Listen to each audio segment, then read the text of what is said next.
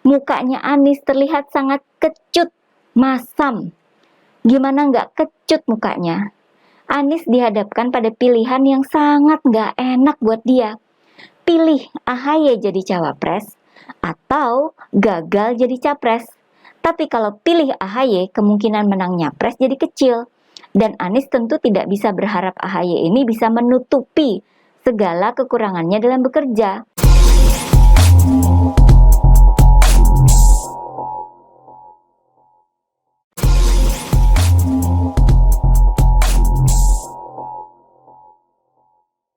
Halo guys, kembali bersama saya Nina Nur. Kita akan mengulik dunia politik dengan awas, waras, dan cerdas.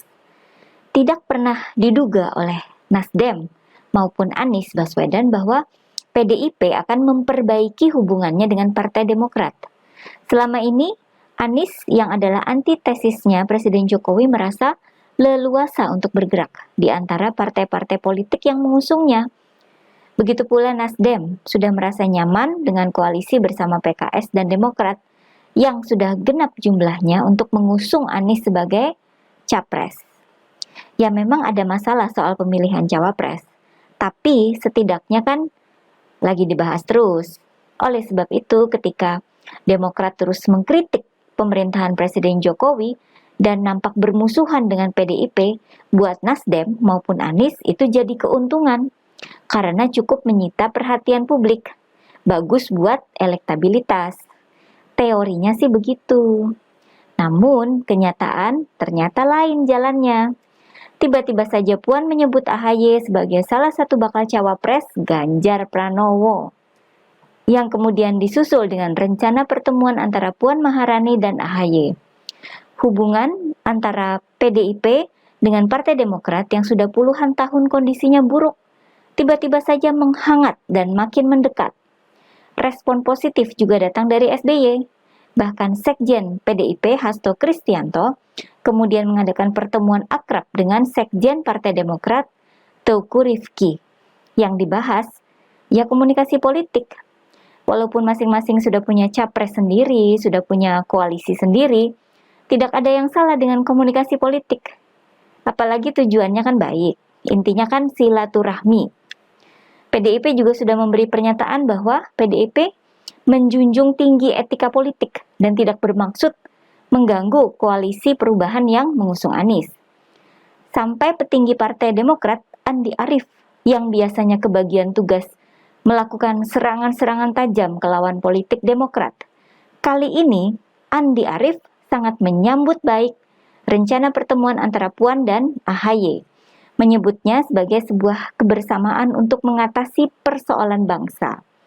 Ajakan pertemuan dari PDIP memang sangat berarti banyak buat AHY, seperti sebuah penghargaan dan pengakuan ya, bahwa AHY ini ya sebenarnya dianggap punya sesuatu yang penting sebagai Ketua Umum Partai Demokrat.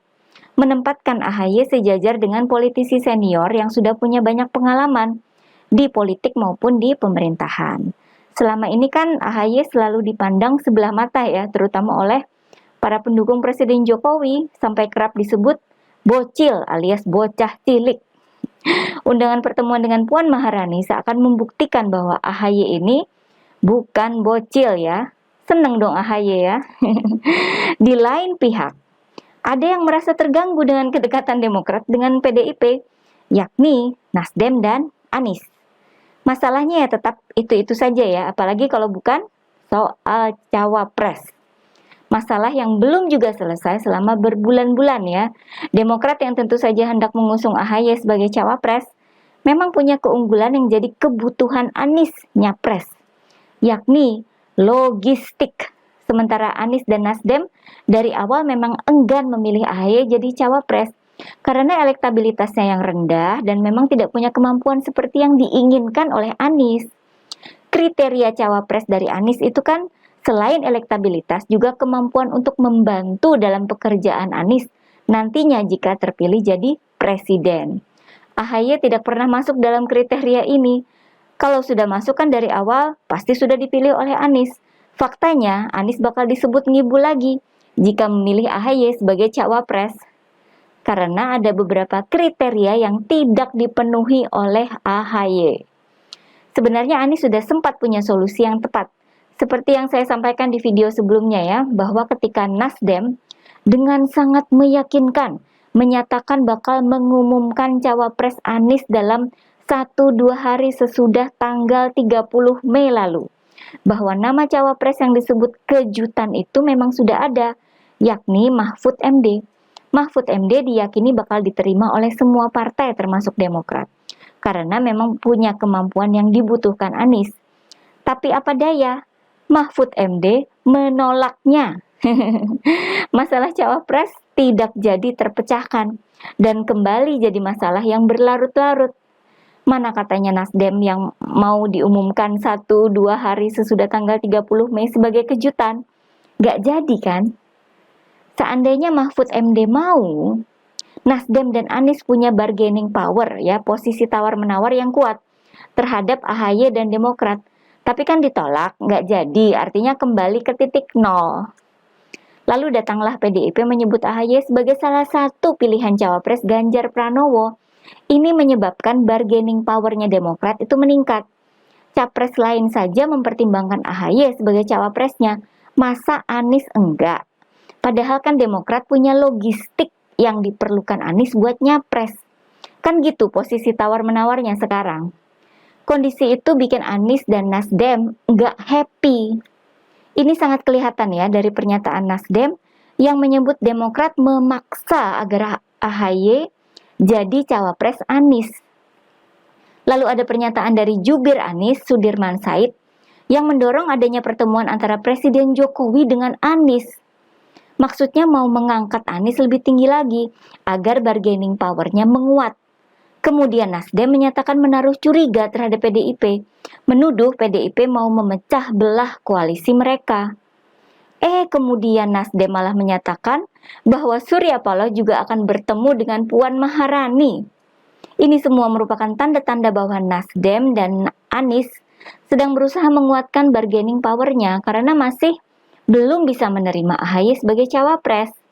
Rasa enggak happy Anies sangat kelihatan ya. Ketika dia ditanya oleh awak media, diminta tanggapannya soal AHY yang jadi salah satu pilihan cawapres Ganjar Pranowo.